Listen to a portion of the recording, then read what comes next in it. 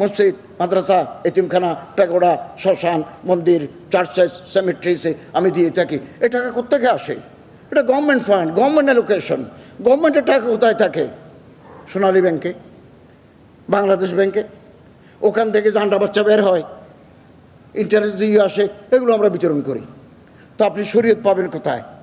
এটা তো এমারাতে শরিয়া নয়, এটা তো ইসলামিক স্টেট নয়, এটা completely secular state, legacy from the British regime.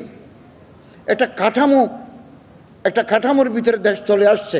শরীয়ত আমরা ব্যক্তিগতভাবে পালন করি। আপনি মন্দিরে যাবেন কি না, it is up to you. আমি যতদিন দায়িত্বে থাকবো, যাওয়াটা আমার রাষ্ট্রীয় দায়িত্ব। ফেব্রুয়ারিতে নির্বাচন হলে আমরা ঘরে চলে যাব, তখন আমি মন্দিরে যাব না, তখন এটা আমার ডিউটি নয়, এটা আমার ডিউটি। আমি যে চট্টগ্রাম থেকে এইমাত্র আসলাম, কঠিন চিবর দান একটা অনুষ্ঠানে অংশগ্রহণ করতে গেছি। এই যে পারস্পরিক সম্প্রীতি, সৌহার্দ্য, এটা বহাল না থাকলে রাষ্ট্র অগ্রগতি লাভ করতে পারে না। ফেসবুকে কত কথা লিখছে, এর ভিতরে একটা কথা লিখলেও আমি মারা গেছি, রেস্ট ইন পিস। সীমা থাকা উচিত, রেস্ট ইন পিস। মানুষ মনে করছে আসলে আমি মারা গেছি, আমি মারা যাবো তো একদিন। আমি একেবারে পরিষ্কার পরিচ্ছন্ন। বলা হচ্ছে যে উপদেষ্টারা সেভ এক্সিট চান, সেভ এক্সিট তো আমার প্রয়োজনেই নাই। দ্বিতীয় আরেকটা কথা বলি, ফজল কবির খান সাহেব আমাদের সম্মানিত সহকর্মী, উনি বলেছেন এটা অর্ডিন্যান্স করা প্রয়োজন।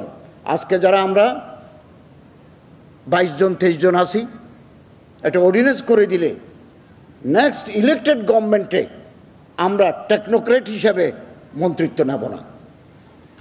এইরকম যদি একটা অর্ডিন্যান্স করে যদি সরকার করতে পারে, এটা বেশি ভালো হয়।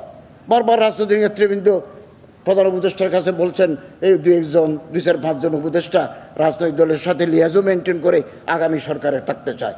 আমি আপনাদেরকে বলি, আগামী সরকারে যদি আমার ইনভাইট করে সম্মান জানায়, আমি